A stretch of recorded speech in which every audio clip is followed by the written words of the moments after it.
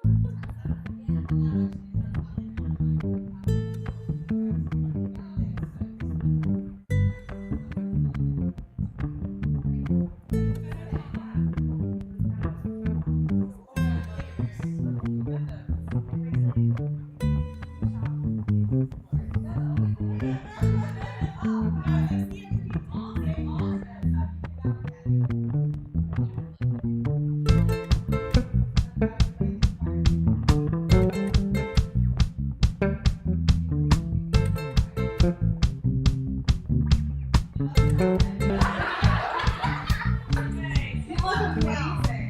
we should probably just get going because I want to respect the fact that you've all come out, which is super exciting. So, so official welcome to another Women in Viticulture event, and this is the Regenerative Vines Coffee Talk. This quarterly event, we are featuring Deirdre Heakin, and I'm going to talk a little bit about her in a minute. But first, I just want to say, you're not here this afternoon to put yourselves in our hands, me as your speaker or Deirdre as your guest professional, but obviously we're here together because of the wealth of courage and experience that's in this room, and that just boggles my mind, and I'm really grateful for it. So I really want to thank everybody for taking time out of your day and your schedule and the moment that you're at to be here. And just to let you know that this is going to be an active session, not so much listen, and I'm on my way. So there will be an exchange ahead for today. And I hold respect for you because it's such a significant time in these valleys and a significant time in wine for the topics that we're exploring. And still outcomes are such a big part of that process. And it all comes down to the bottom line, improving the value proposition of regenerative farming or holistic, organic, any approach that we're taking. So since communication plays a key part in that, and we can't prove our propositions until we get the okay to do a test block and make those beginning changes, I thought it would be exciting to have Deirdre Heakin join us. She is I don't know whether I should say former or current, but a Vermont depends on what you're going to say. Yeah, well, I just want to talk a little bit about some of the pivot points that she's encountered on the way from her sort of humble beginnings and tremendous evolution as the proprietor of a Vermont osteria at the top of a fairly remote mountain to a pretty sought-after biodynamic winemaker and best-selling author. So I'm going to turn it over to you pretty quickly. I want to let you know we're going to do a little brief storytelling because there's a really nice story Deirdre wants to share to start things off. You'll get to know her as we go, so I'm not going to do a lot of usual background and history because I think you probably all clicked through on the links. Thank you. And then we're going to do a little rapid-fire exchange on the 6 elements that you see of the dialogue of progress that's printed on the page you can take away with you today. And finally, we're going to do a little exercise with some of the questions that hone Deirdre's path so that you have those in your hand to take from where you're at right now and work from here forward. So without further ado, storytelling time. Thank you. Thank you. So I just want to say thank you to Jana for inviting me here today, and thank you all for including me in your group. I am very excited and delighted to be here, and of course thanking Cliff Family Wines for hosting us today. They've been super wonderful, and Laura was just here, and she's amazing. So as Jana was saying, we've got a lot of material that we want to move through pretty quickly, so what I'd like to do to start is just do a little bit of storytelling to give you the bare bones or the setup of the situation that I come out of. And not so much to tell you my personal viticulture and winemaking history, but really to tell you a little bit more about the story of Vermont and how when I entered viticulture there, it was a completely conventional vineyard community, which most people don't think of when they think of Vermont. We have a pretty significant brand as an organic agricultural state. But this was not so, and there are many reasons for this, which I will talk about really briefly on the wine growing side of things. I want to talk a little bit about a gentleman who I will call as the original winery owner. So about 20 some odd years ago, former businessman, started a winery. He was very inspired by what you guys do out here in Napa, the business model of tasting room, beautiful winery, and estate vineyards. And he started out being certified organic. So he had really good intentions. He believed in it. He knew that it was a great brand. So in terms of marketing, that would really work. But he had a bad season. And after that bad season, he turned his back on all that work for economic reasons and chose to pursue a conventional chemical viticulture and enology program. Being a former businessman and a very savvy one at that, he also knew that he needed to create some marketing spin around that choice. That he was encountering a lot of questions from his local and visiting consumers about that choice. So what he ended up doing is what I like to call the mythology of sustainability. And I don't mean that in terms of sustainability itself. I mean it very particularly into what this gentleman did with the idea of sustainability in Vermont. And what he went out and set out to do was to say less is more in the conventional program. He advocated for using things like glyphosate and other chemical additives in the vineyard and in the winery, suggesting that this was actually better ecologically and environmentally for the vineyards in Vermont, rather than following, say, an organic or biodynamic paradigm where you might use, copper and sulfur, that those were going to be much harder on the soil, more frequent than the 1 or 2 times that they would have to spray these other things. He predicated his whole career, wine career, on this, going up and down the state, teaching people this, talking to consumers about it, being in articles on TV. He really just was out there saying it is not possible to grow organic grapes in Vermont. You can only do conventional work. But what he never did was finish his sentence. And what he really wanted to say was, you can't grow organic grapes in Vermont and meet your financial goals. So that was something that nobody was really willing to talk about when I started out. This gentleman is also the same man when I started as a consultant grower in Vermont. He bought fruit from the 2 vineyards that I came on to manage. And he did everything in his power to try and block me or undermine me with the vineyard owner. He was extremely uncomfortable with the fact that I was going to convert these 2 vineyards to organic and biodynamic. And what it really came down to is that he was threatened that I was going to succeed where he failed.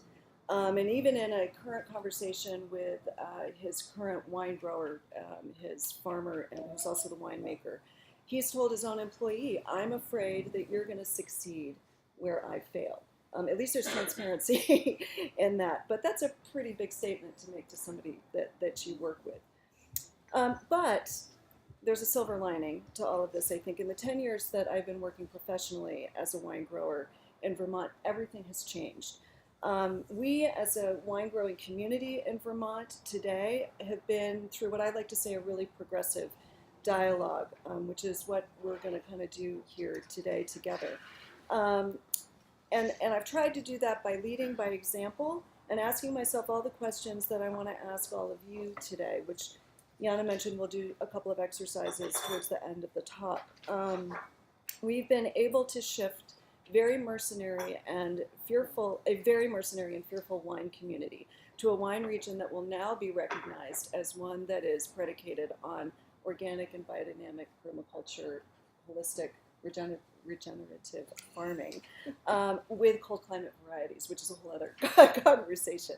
So it's been a complete 180 turn, including, again, this is the silver lining, that original winery owner.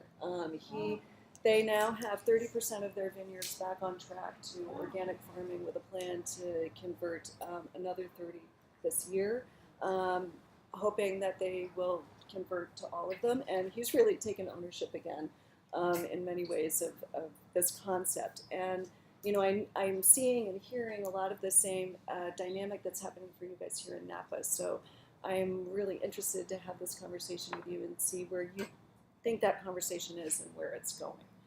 So I think And that said, too, I want to, now that Laura's back in the room, I just want to say thank you again, and this is Laura Barrett. She is the winemaker here at Cliff Family, in case some of the folks here don't know her. But it's interesting to me that, you know, he's come around, and Vermont, of course, now stands as the pinnacle of, I think, beyond sustainable production, really. I mean, most of us would probably know that. But with you, me realizing you've been on here for 4 years, and you started at a pretty high level of, I mean, it's after the transition. Oh, absolutely, right? To organic, yes. Yeah. So I almost would like a show of hands, like who in the room started their position at an organic level? Okay, 3 of us, so no. All right, good. So that'll definitely keep it juicy, because this is the conversation, of course, and we were just kind of talking in the car on the way up here about, where are we at? You know, what is the gauge in the room? And if we're the ones having this conversation and only 3 among us are working in these kinds of environments now, then yeah, we have a long way to go here in Napa and Sonoma too. So starting then into these 6 elements of the dialogue of progress, I liked getting this email from Deirdre, dialogue of progress. I just thought, wow, she's got it down to a science. So starting with the science, because, you know, the last event that we had, and a lot of the faces in the room were present for Mimi Castile when she came to talk with us from Hopewell Wines on the big screen from Oregon about the true science of glyphosate in the vines, in the plant, in the soil, and what it does. And those of you who didn't attend that, I'll probably send out the link again and again for the rest of my life until everybody in Vit Women is driven crazy by the brilliance of that presentation. She's got like a 300 slideshow about glyphosate and vines in and of itself, and it's fabulous. It is fabulous. So let's talk about the science to start with. I'd like to know a little bit about how you go about sharing science, and really a lot of what we're going to talk about today is communication. You know, do you like it to be casually referenced? Have you found any sort of rhythmic flow to, you know, do I always incorporate this in the pitch? Is there a pivot point I notice people respond to? Or is it utterly situational? It's utterly situational. I mean, obviously some people want more hard science when you're having a conversation. So, you know, when people ask me about biodynamics in particular, there's always this element of, you know, it's in the hoopy fruity spiritual realm. And certainly one can go that direction. But for me, biodynamics is all about physics and botany and biology in the field. So one of the references I always like to make is actually a really hardcore USDA research paper that most people don't know about, that was done now almost 15 years ago on biodynamic compost. Washington State University did this amazing project, and it's online. You can Google it and you can find it online, and it gives you all the hardcore information. And it's something to like really say, you know, with something like biodynamics, we don't have a lot of scientific research that is pointed out to us, but we can find it. It is there, and so that's something I always like to use.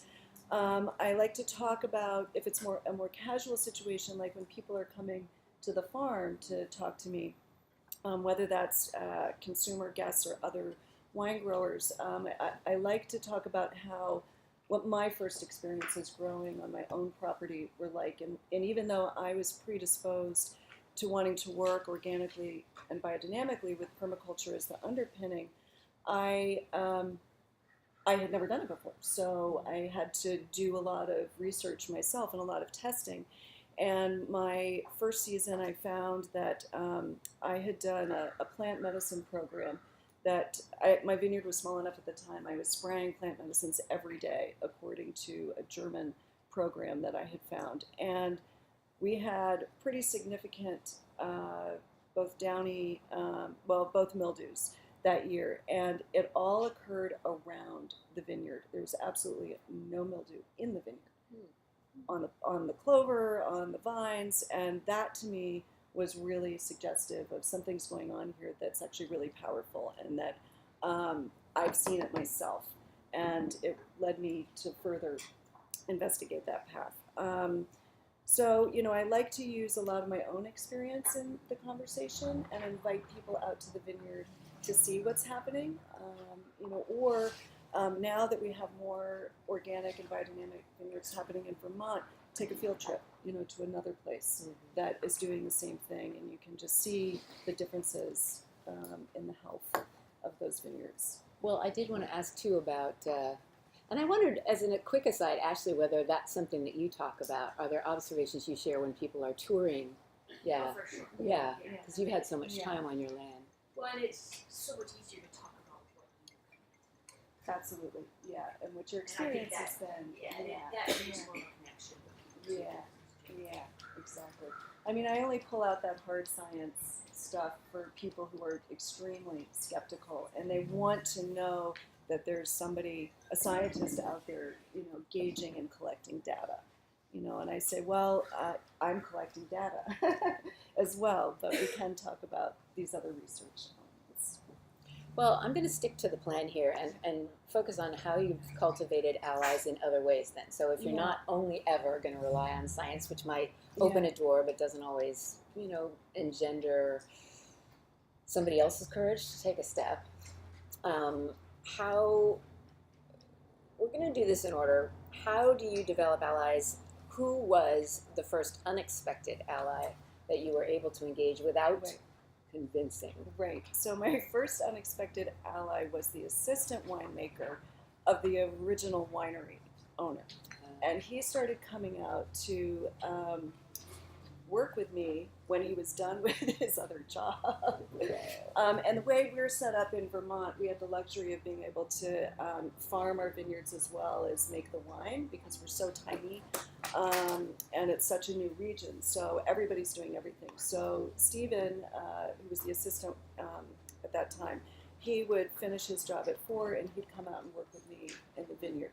And then he'd go back to his winery and tell the winemaker there, oh, we did this or that today. Should we maybe, I'd be interested in trying that. And Can I ask you Yeah. how is it that he called you up and said, I'd like to come over? well, I mean, a lot of, it's all about relationships, right? And how you connect with people. This was a young man who grew up in the village where we lived. He had connections to us through other people. And because we're a small community, and he himself was interested in organic or biodynamic, so he was kind of, and at the time we were the only people doing that kind of work. So, he called me up, and he originally called me up for a job, and I couldn't give him one, so he took a job elsewhere, but would sort of do this play hooky. We sort of felt like it was a clandestine affair that he was coming in at first, not telling anybody at the other winery and vineyard, but eventually he began to be this great ally of helping to change things in that particular winery. And so he engaged his boss, who then started playing in the winery with some of the less invasive processes, and then looking at the vineyard, the viticulture side. So then Stephen's boss Ethan started coming out, and it was a very interesting. So you started yeah. with your choir. Yeah, And you let well, them speak exactly, from within. exactly. And I think, yeah. Can you give us a sense of the size of these vineyards and wineries you're talking Yes, absolutely. You're going to go, oh my God, that is That's what I'm so tiny. about? So this big vineyard that I'm talking about, which is one of the biggest in Vermont, they're probably making about 10,000 cases. They're 17 acres under vine. By comparison, I make 850 cases a year right now. My goal is 12 to 1,300 cases. I have 11 acres under vine. So that's kind of the spectrum. And Yeah. that said, there's obviously going to be no comparable scale conversation, but Right. I think the thing Yeah. that's compelling about Deirdre, and one of the reasons I'm inviting her, is that I met her through the wine shop that I managed for 5 years on Lower Manhattan. We were the only source for her wines there. That meant that Eric Asimov of the New York Times was coming in and saying, are they here yet? Are they here yet? I mean, I had wine people that would normally never, ever drink a hybrid grape. Never even think to put that into anything that came from Vermont. anything, these were serious snobs in my arena. And when they started showing up asking about somebody who's producing this much wine, you know, and then I knew Deirdre was in the process of writing a book called An Unlikely Vineyard.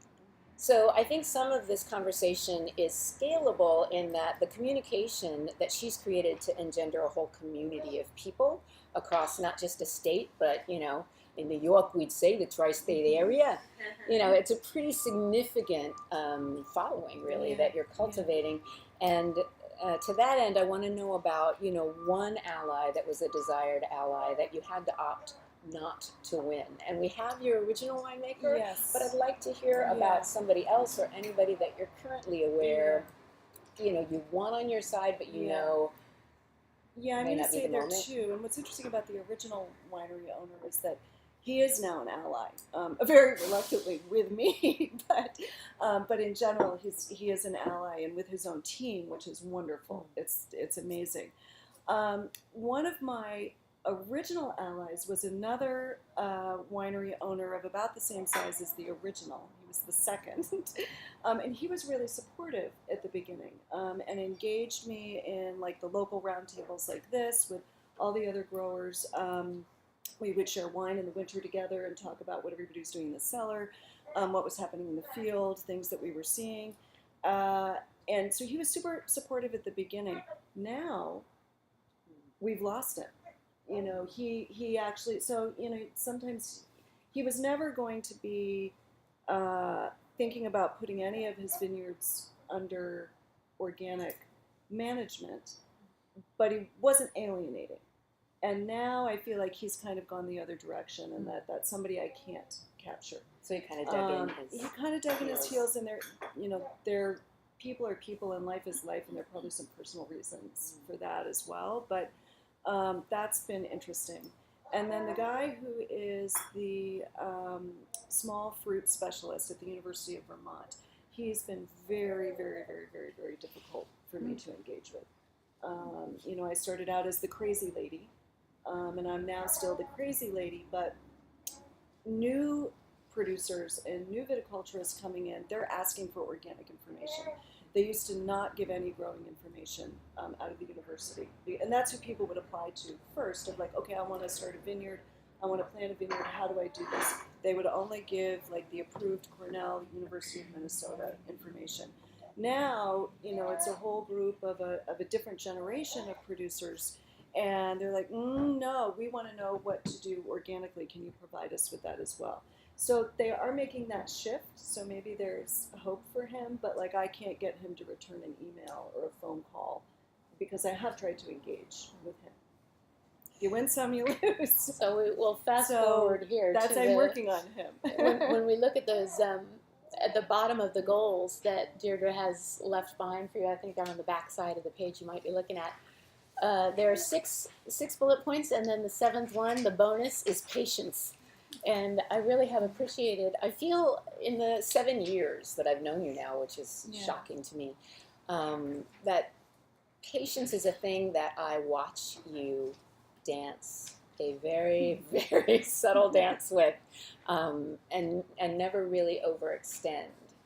And, I don't know how strident a person I seem, but man, I am so passionate about this that I find it, that patience element. Hey, I'm glad you made it. So sorry. Yeah. That patience element is so tricky, and walking that line and letting people live their lives, especially when they might be your immediate employer or your assistant VM or your, somebody that you've got to be in there budgeting with and making decisions with every single day is so tricky. And so one of the things we were going to talk about is, how do you approach your colleagues? But before that, you've already touched on watching the market change in Vermont, and now people are actually demanding organic information from an educational structure that would never otherwise have offered it. Right. You were also talking to me about market considerations in relationship to a California friend of yours. Yeah, well, so, somebody I met at an agriturismo in Italy,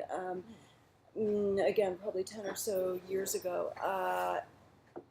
So for me, one of the most valuable arguments to have with people is about, because it all comes down to business, right? It's all always bottom line, and again, back to that question of, can you work this way? Can you work organically or biodynamically, holistically, and still meet these financial goals that a winery has set for itself? So my feeling is that with the market is changing so rapidly, and economics and social marketing are inextricably entwined now. There really isn't any separation. And it's something that you and I were talking about that I think here in California you see in other small fruits in the market, in the food market, how much organic is, at what kind of a big place it's taking. People go into a place like Whole Foods or a more local market, they're concerned about where their food comes from. But they're only now just starting to think about it in terms of wine. I mean, I go into my local version of a Whole Foods and I see organic kale and locally grown organic apples, and then I see some really heavy-duty chemically made wine, and so there's a big disconnect. But yeah. So one of the things that I always relate this to is that I ran into this person in this agriturismo who is an orange grower actually down near San Diego, and he does not believe in organic farming at all or any of the other possibilities. However, he had converted all his orange groves to organic because he knew that in the marketplace he would be able to command a better price and he would be able to find better outlets for that fruit. And that to me was really fascinating, that there wasn't a philosophical interest in it, but there was a business interest in it. So I think for a lot of us, if we're working with people who are coming at it from a business perspective, that's a very appealing argument. That sometimes, right. I think we're at the beginning of that, and I think it's going to get more appealing. I think we're on the cusp of that, because we have a new generation of consumers coming along who these things really, they matter to them, and that's who we need to be focused on. I mean, people who are 40 and above are already drinking wine, and there's this whole, a lot of you guys are really young in here, which is amazing. So you understand, that what you're interested in putting in your body and the health considerations, that's going to be a very powerful argument as we move forward. Well, one of the things I think about too, and I wonder how this might actually prove out, and anybody who wants to chime in for a second here and give me feedback would be welcome. I'm always thinking about, I keep hearing people say that they've been told, sure, you can do any vineyard block you want as long as you keep the budget flat. I don't care what you do. And then one of the conversations when Mimi Castile was talking with us is, how the heck do you keep the budget flat? Can you possibly do that? And in the immediate, of course the answer is no. If you're going to look out 2 quarters, if you're going to look out 3 seasons, no, I think the answer is no. Within 7 seasons, the answer is yes. If every 15 years you're replanting X number of acreage across X number of blocks, the answer is yes, magnified many, many times. If you can cultivate old vines, if you can cultivate terroir, if you can actually minimize labor loss, chronic health issues, how can somebody give me any perspective on whether or not there's any kind of budgetary argument to be made from the labor side, from the healthcare side, from any of the projected savings that are maybe a little more esoteric at the top, but if you factor it all into a nice Excel, is there hope for that at this moment for anybody who's done that kind of calculation? Bueller? Anyone? No. No? My question is, what is the biggest cost difference? Like, why is it so much more expensive to do it? Just Labor. organically. Yeah. More often spraying. Yes. I mean, there's need for mildew issues, so Sprays and labor. sprays Labor. short Weed time control. between. Weed control. I would imagine that weed control is a big one. It's also labor having to get your passes perfected, because if you miss a pass or if you're late in an operation, you can have mildew, blow-ups, and tons of issues. So you have to be more precise. I'm going to say that out loud so that this little microphone can get it. So we're getting, for anybody who's watching this, it's not being broadcast, by the way. It's about getting those labor passes perfected because you are spraying more frequently, you're increasing your labor costs, and if you miss one row, one section, or the timing is off, or it's up on that board and your team didn't get to it and the vineyard management company doesn't come back for another 8 days, those tiny things make, of course, an enormous difference, and that can cause your demo block to collapse, and then you get no funding or no option next season. So thank you.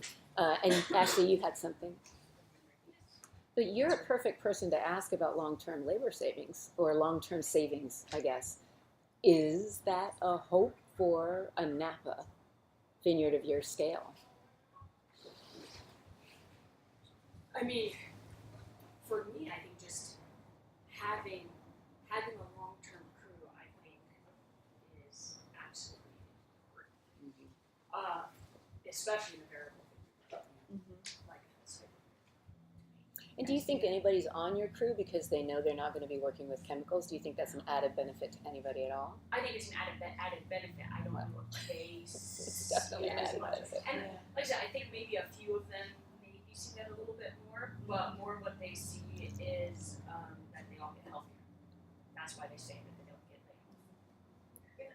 And here too, I mean, I think the aesthetic issue is something that comes into play very much here in Napa because we have people that believe that everything should look perfect and be just like this, and Yeah. totally clean on the floor. And if you were to go into like my vineyard and several other people that I know, things are growing. Right. And it's it's not looking like that clean floor, Right. and you just live with that, knowing that that's the way. And you can go through and do weeding every so often, but our vines are very old, so we are, we're figuring the tap roots or the roots there on the St. George are pretty far down there, and they were dry farmed, so we're also not feeding which is it with right, water. right, which is How old great. are your vines? Well, 53 years we've That's been on our oldest this year, and so the majority are close to 50. So we did a recent replant, but it's also doing the same thing, 8 by 8 St. George. So we're going to continue that farming.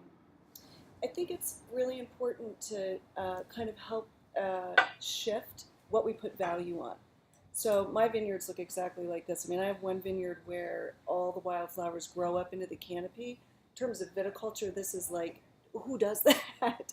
But all those plants have essential oils that protect the grape zone from different kinds of mildew, other kinds of diseases that we have.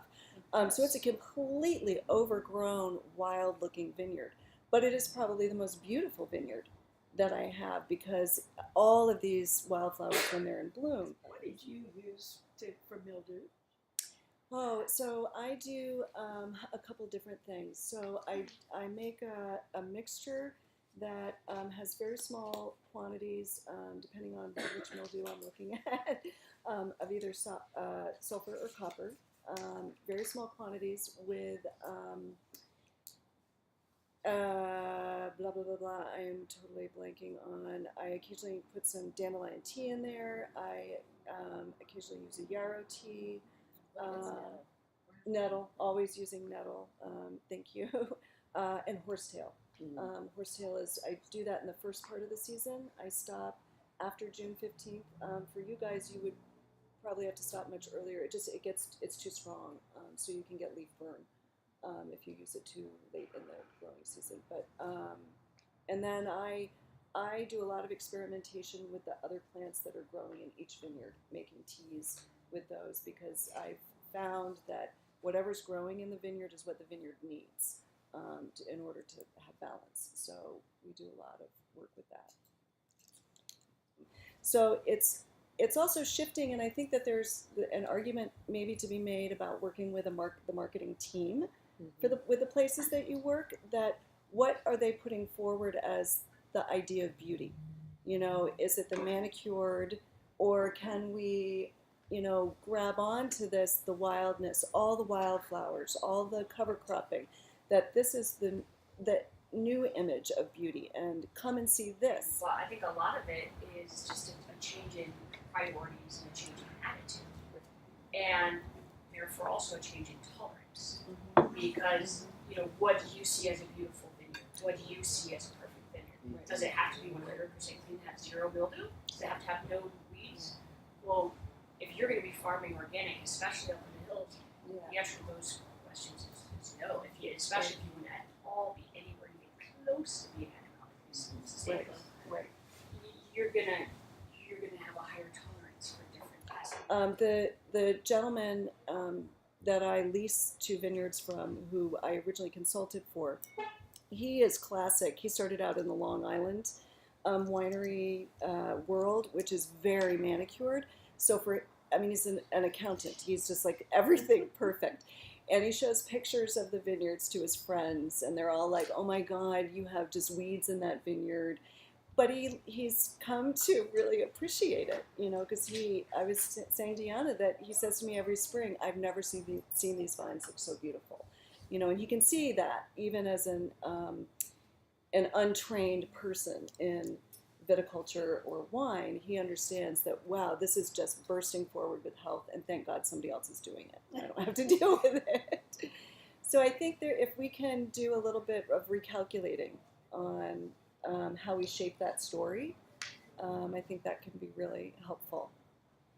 And some emphasis on the beauty of the vineyards this time of year, because if you look at a healthy organic vineyard right now versus a conventionally farmed, the mustard as opposed to the Roundup burn, it's a beautiful picture now. It is. Thinking the same thing. The orange stripe was better, green or orange stripe? Yes. And it's all in the storytelling at the end of the day. I mean, I think that that's something that me and my team we've been good at. You know, I'm a writer. You know, so I am a storyteller. But I think that's something that people have been really attracted to, who, you know, come to see us. They want to see that wildness. They want to see, you know, what a vineyard bursting with health looks like. It is very it's farmed in cool this way. that Felicia, that you brought up the manicured aspect of Napa, because I do think that in some ways Napa attracts the consumer that wants to have that experience when they're coming to visit, whereas maybe Sonoma would attract somebody who's looking more for the richer, lusher, overgrown, you know, playful experience. And I did want to ask a little bit more about culture. You know, we talked a little bit about how you've had allies that have become a little bit more alienated, but one of the last things we noted here in your bullet points was, you know, letting go of this us against them approach. I mean, when I first got here, I was casually throwing around my big language from my New York City shop management job of, I want to do permacultural viticulture out here. I want to work in biodynamic approaches. And a fellow got me into I was invited to his home by his wife, who was super awesome. And he got home and heard me speaking this way. He owns a significant winery here in Napa and lectured me for 4 hours about biodynamics being a hoax, biodynamics being, you know, and if I was going to come out here and pretend to myself that I was going to make the slightest bit of change in the history, the tradition, the knowledge people have of the way vines should be cultivated here, I had another thing coming. And I thought, wow, this is going to be a long, lonely, challenging road. And so that's why I get really giddy when we have these events. So if I always seem manic, it's because I can't believe we're this many of us here, you know, taking these approaches and talking about it. But I want to know from you, I want one good story about somebody that you may have alienated that you then were able to bring, you know, get those barriers released again. Is there I think anybody you can give us a little glimmer of hope with? Yeah, I think what I want to say about that is that in my experience with many people in Vermont who were, say, on the other side, was to learn not to set myself up as antagonistic, not talking across from them, sitting next to them, and having a conversation where I listened just as much as I said anything. And it was really important, and is really important, to ask a lot of questions so you know where people are coming from. You know, what are your concerns? You know, if you're talking to a colleague or a boss, you know, what are your concerns about this? What what is your feeling about it? What do you think is possible? What don't you think is possible? So you kind of know what you're up against, and you can have that. You can plan your subtle attack of how you want to shift the culture, and so I think it's really important to do that and have those conversations in a way that's non-confrontational. And one thing I've learned, I think even just thinking recently, with talking with like family members and other people, because things have become so politically stratified in this time, that it's very easy to do the us against them kind of situation and not listen to each other. And that I think that we set ourselves up to alienate each other. And if we can make motions to not alienate and not patronize, because I think the other side, or what we perceive as the other side, they feel like we're doing that. You know, we feel like we're alienating. Well, I thought it was funny how you Patronizing. said to me that the original winemaker in Vermont that had Yeah. held Yes. that effort for so long, didn't he come to you recently and say something like, "Look what we're doing with orange wine"? Yes. What did he say? So he's taken on everything as his own idea now. You know, we're doing this. You know, my vineyard is totally out of the picture. It's like we haven't. He talks to me like I'm new to the game. It's like, so you know, we've been doing this. You know, my winemaker is doing this and that with the wine, and we've started doing this in the vineyard, and you know. And that vineyard you're working on, that, you know, it's starting to look okay. You know, you're starting to make a little headway. So he's actually quite patronizing. But I think it's interesting because isn't he laugh so? about it. And it's like, okay, we're at least having a conversation, and I love the direction that you're at least going in. I think you Yeah. said to me at one point though that the summer he took you on, or the season he took you on, was the worst of your life. Well, and he didn't. I was not employed by him, but he was buying fruit from me for somebody I was working for. So yeah, he thought that I was going to ruin everything, and just wanted to really prevent all of that. And do you But- feel that during that time you did the best you could to sit next to him instead of across from him? I did, and his winemaker at the time also kind of came at me with the, I appreciate what you want to do, but I think you're an idiot for wanting to try and do this and in a rainy season. This is a really bad idea, and I have to tell you that. And that's my now good friend Ethan.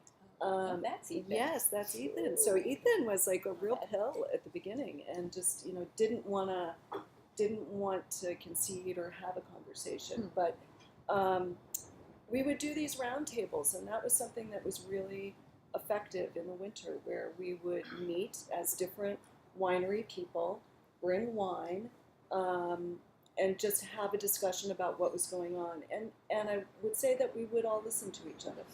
And I never tried to force my idea, but I would say, this is what we're doing. And I feel like the wine, I think it's sometimes easy to forget that the end result is the wine, especially when we're talking about viticulture. We're looking at our vineyards, and yes, we might be making the wine or working with a winemaker, but sometimes those worlds get separated. I've been to places where the winemaker doesn't know anything that's going on in the vineyards, and that's kind of shocking to me when that happens. And I know it happens all the time. But the wine should tell the ultimate story. And if the wine is sound, and the wine is appealing, and the wine is interacting with people, then that's kind of your best ammunition. And what I'm gleaning too from this Yeah. whole story, now that I'm starting to put it all together, is so you have Ethan the winemaker Yeah. initially Yeah. on the side of his employer, Correct. saying, Yes. "Girl, you do not know," and Yeah. then you Mhm. had his assistant Correct. hanging out with you on his off hours, Yeah. coming back in and saying, "Well, Ethan, I Yeah. have an idea." Correct. Okay. Yes. Yeah. And so the very slow Yeah. process. How Yeah. many seasons was that guy hanging out with you before Ethan began to shift his thought Let's see. process? I'm gonna say 6. So back to your idea of patience. It's really been in the last two. It was 2 years ago that Ethan committed these original winery vineyards back to, or started to make the bid to convert them back. So he was in the position of having to appeal to his boss to say, I think this is a good idea to do. And, I think that they were driven by, market considerations. This is actually for Vermont. We can see this winery, Lagarde doing all this stuff, and we can get it down to PR and getting a lot of attention for whatever that's worth. But that was very appealing to other people in my community of like, oh well, we could get a piece of that too, and and as a consequence, yeah, I think that's been a positive element of those things. Yeah, they always say that the tail can't wag the dog, and that the marketing department is not going to decide the bottom line in truth. But I'm very curious because I feel as though coming from the retail side and coming from New York City, where I'm watching, 20 to 35-year-old crowd come through my shop on a regular basis, and seeing that they're all very, very hungry for a wine that's been produced with an attentiveness to health and an attentiveness to living entities in that bottle that they know they can really think about. They want to know what that word terroir means. Maybe I have been in a bubble, but I have to say I find New York City to still be a very pivotal portal for the world's wine arena and for a lot of sort of the wine culture, or the buying culture at least, in the U.S. So I keep thinking about how that conversation could impact your daily lives out here, and when we're working in viticulture, how there's no crossover to the marketing department, and yet it does seem like a valid conversation. So I want to start opening this up. You're going to see that page that says key questions for frequent review, and I want to just do a quick survey in the room too. Who here has been in your position for under a year? And who is sitting in this room with 10, 15 years in your role? So we got one person who's brand spanking new to their role, not necessarily to their work, and about 5 who have been doing this for quite a while. Who owns their vineyard here? 2, 3, 4. All right. Wow. This is a beautifully balanced representational group. So this is perfect for these questions because I'm actually going to do call and response. This is the time where we get to stop talking a little bit and you get to pipe up. Not that you haven't been already, but I just kind of want to know, who here has goals within an organization, within a team, folks that you still wish to convince. You're not the one calling the shots. And, what is your current strategy for how you're approaching these goals? You don't have to illuminate every single thing, but what's the cornerstone of your strategy? Is there an ally you've got higher up, lower down, lateral? How are you approaching what you're trying to do in terms of evolving things away from chemical application, for example? Anybody? Yes, Make it Nicolette. a cultural aspect. What's that? Make it a cultural aspect. Uh-huh. To farm without herbicides, without synthetic chemicals. And how is that? So you've brought up making it a cultural aspect? Our company is culturally, they're ready that way from the founder. Okay. So it's Wow. converting other vineyards that we work with or other properties And you guys are actively out there doing it that way? in the works. And is that converting properties that you own or converting properties that you're working with another farmer? Ones that we own and Okay. then also possibly leases. Okay, great. Mm. Yeah. Thank you. Yeah. Wow, that's and the next thing I'm going to throw up from that list is that top question. Currently, can your vineyard or winery successfully grow organically and biodynamically and meet its financial goals? Is there anybody here who is in that position? A lot of head shaking no, which is totally the perfect place. This is the room to be in for So that. I have a question. I mean, is there a paradigm out here that if the fruit is organic or the wine is organic, that it commands a higher price point? Have a higher Price point Not really. for the bottle It doesn't. I'd say It's possibly possibly market. for fruit. for fruit? Yeah, Yeah. because it costs more to farm, so Right, It's exactly. just Fred Yeah, and Cider. yeah. Are people seeing that though? I pay more for organic fruit, Mhm. and I'll be selling some this year, and I'll charge. Yeah, we do that in Vermont as well But on it's the not grape significant. level. No, I would say it's probably not significant for us either, but the wineries are charging significantly more for their wines out the cellar door for wines that have been grown this way. So I just offer that as something that's a model that if you've got a range of wines, that can hit different kinds of price points, that might be something that people are interested in considering. I think the Yeah. price here in Napa is so high that Already. paying more for Yeah. organic Yeah, wouldn't wouldn't do it. Yeah, wouldn't Well, make what- sense. And it depends so much on site, I feel like. I feel like people put a lot more Yeah. focus on site Yeah, and probably great food, so. yeah, yeah, yeah. Mhm. Well, I don't know how to compare it, but if you have really good grapes, then the winery's going to be able to sell the wine for a lot more. I mean, I farmed biodynamically for Yeah. I'm going to 18 throw a years. thought out here too, because And- go. 18 Um, years. Go. Yes. You know, the wineries always get really good high scores. Well, So- right. Yeah. And I think that's been our experience. That the wine shows that difference. Then they're happy with you. I mean, Right. I've had really loyal buyers. And I think it's the difference between is it just a beautiful quality wine, or are we marketing this as biodynamic or organic? And that, I think, is the place where, Deirdre and I were going back and forth about this, Yeah. because historically, from my perspective as a buyer, organic and biodynamic are not a differentiator price-wise, and they're Yeah. not going to command a higher price, and they are almost Mhm. always a hand sell. So Mhm. that's higher labor or more Yeah. time for your folks in the shop, Mhm. because people need to know, over 482 chemicals can be applied to my glass of wine before it ever reaches my lips, and now that's legal? What? Most people have no idea that that's possible.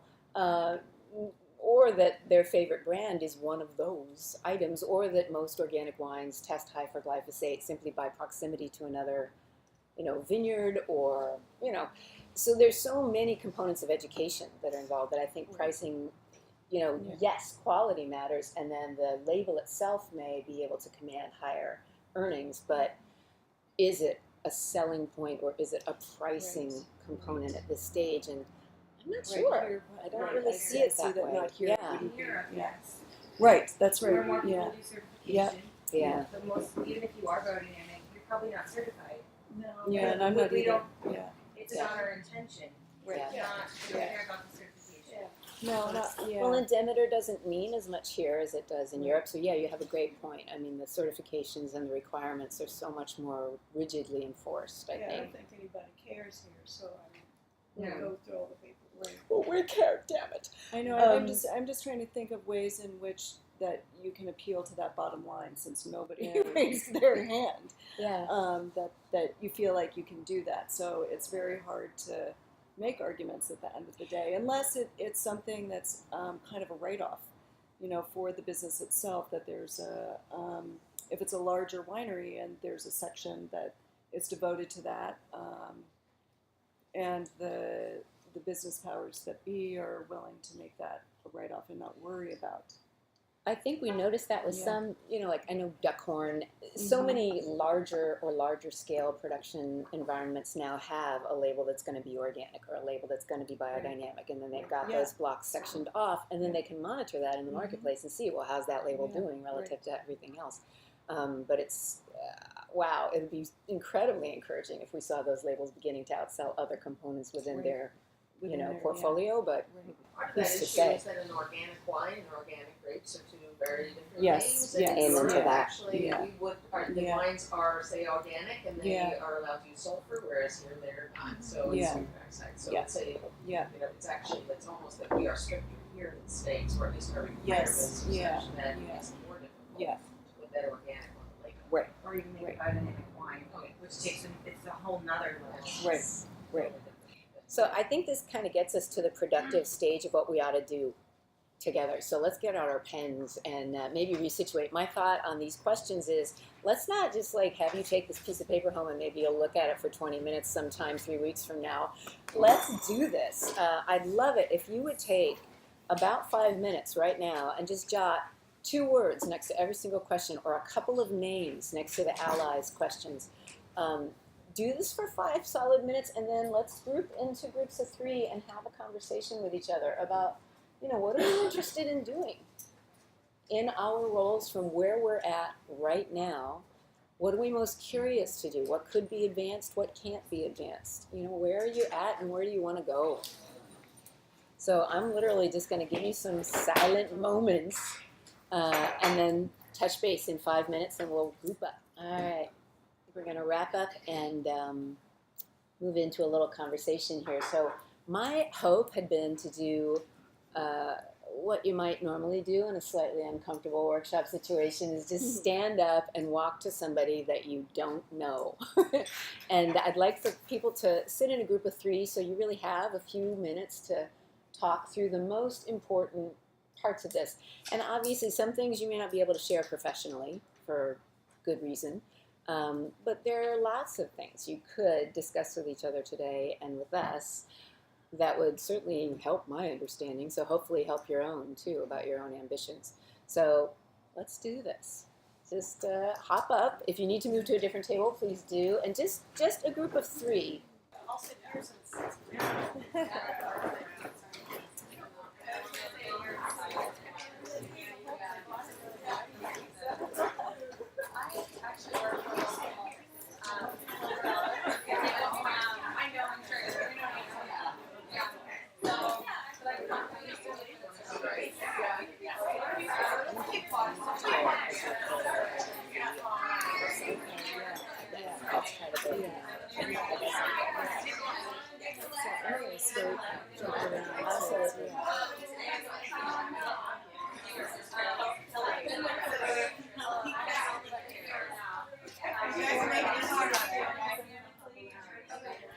I'm in Napa, we're going to make a Cabernet, we're going to make a Chardonnay, maybe you've got a couple of other things, but you fit into these categories that California is known for. And in working with your winemaker, if you're in that kind of position, adapting to whatever the season offers you. And I think that that's also a persuasive argument for people that, you're not going to make necessarily a beautiful Napa Cab every year.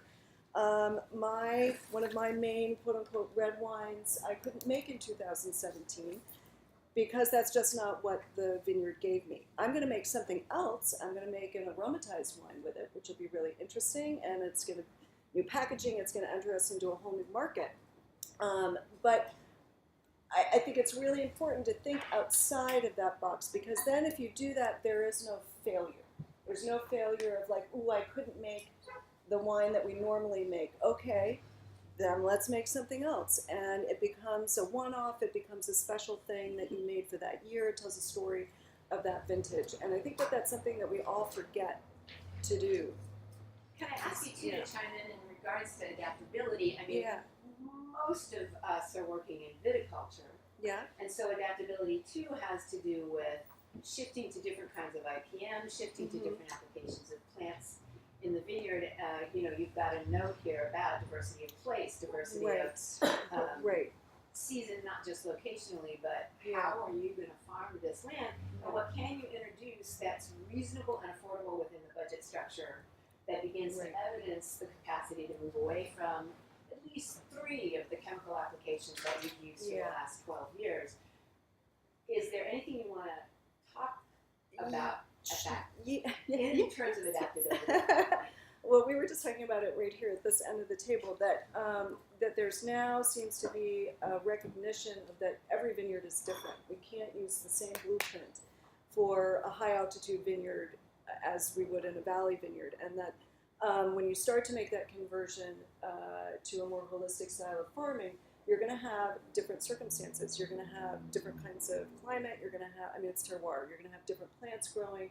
The vines are going to respond in different ways, and you need to be adapted to that.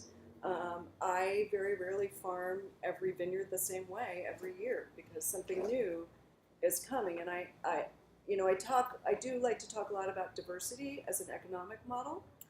That I have 4 parcels that I farm in very different places. Well, 2 are across from each other, but the other 2 are very far away. So if I have hail here, probably not going to have hail here, and I can probably have something here. Like last year, I lost my whole home farm vineyard to a weird situation with a flocking of birds. They stripped everything clean in 12 hours. But I had a much bigger yield in a block in one of my other vineyards that is usually a little bit more difficult to work with, and it more than made up for the loss I had in the home farm vineyards.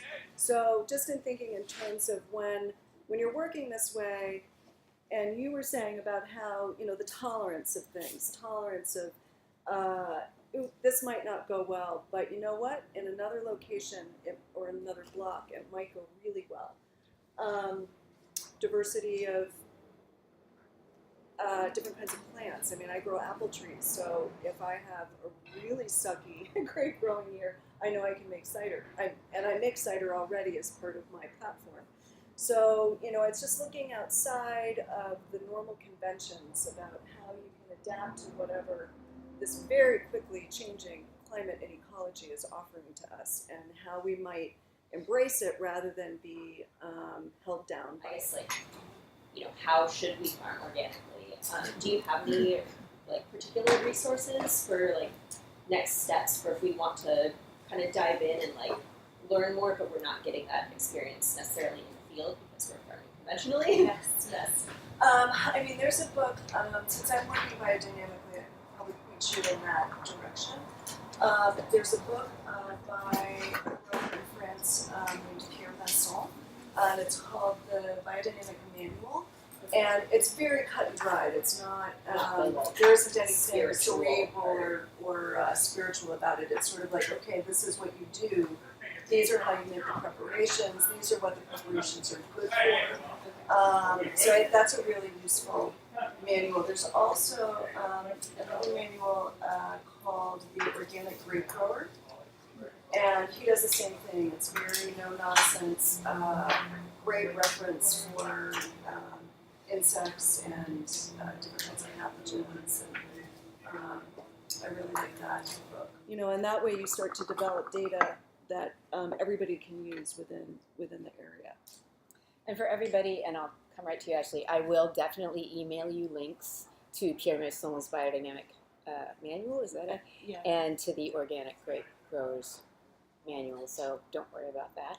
And I'm also going to email out the video links to Mimi Castile, our former speaker, so you have that 300-slide presentation for considerations around glyphosate. And I'll send you Dr. Christine Jones, who is a soil ecologist out of Perth, who delivers a fantastic series of lectures on shifting your focus to soil life and soil ecology as a means to terroir, as a means to higher yield, as a means to all aspects of managing the vineyards. And Ashley, you were going to say? I just think that one of our challenges in Napa is that wine is more about brand and marketing and score. Can you say that again? I think that one of our challenges in Napa is that wine has become more about brand and marketing and scores. And I don't think it's that much about place, unfortunately. Everything we're talking about here, that's about place. And I think these things would become more important if we made wines that were more from a place. And there are some in Napa that are doing that, but I don't think it's the norm, unfortunately. I don't think that's what wine is about anymore. Everyone uses the word terroir. Right.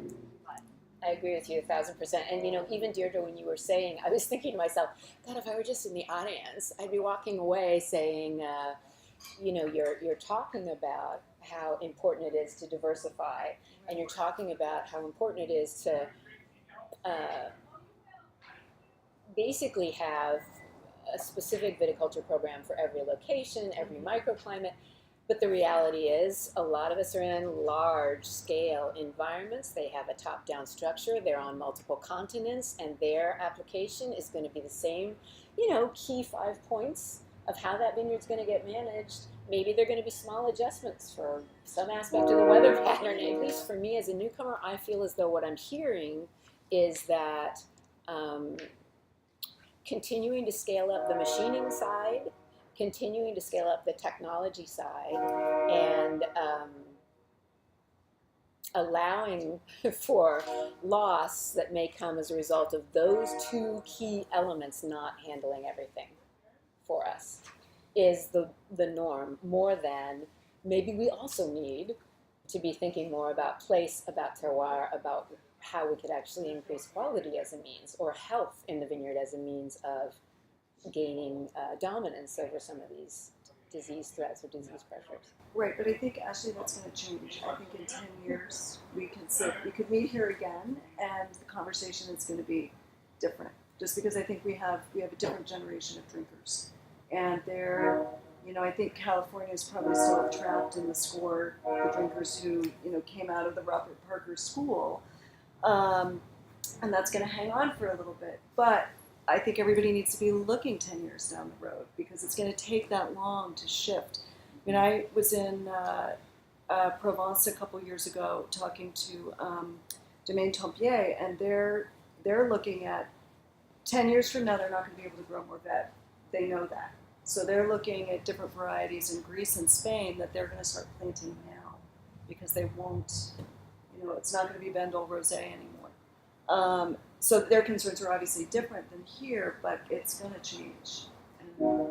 That's a good point, because Yeah. I We need to mentioned prepare for it now. the field trip that we took last year, which we'll do. I keep calling it a field trip like we're all in 5th grade, but I think we'll make it an annual event for Regenerative Vines to go down to Piscinas Ranch in the San Benito AVA and just track the 30 acres that they are cultivating, because they also, when he was first getting ready to plant, Kelly Mulville is the viticulturist, and actually he's running the whole program down there.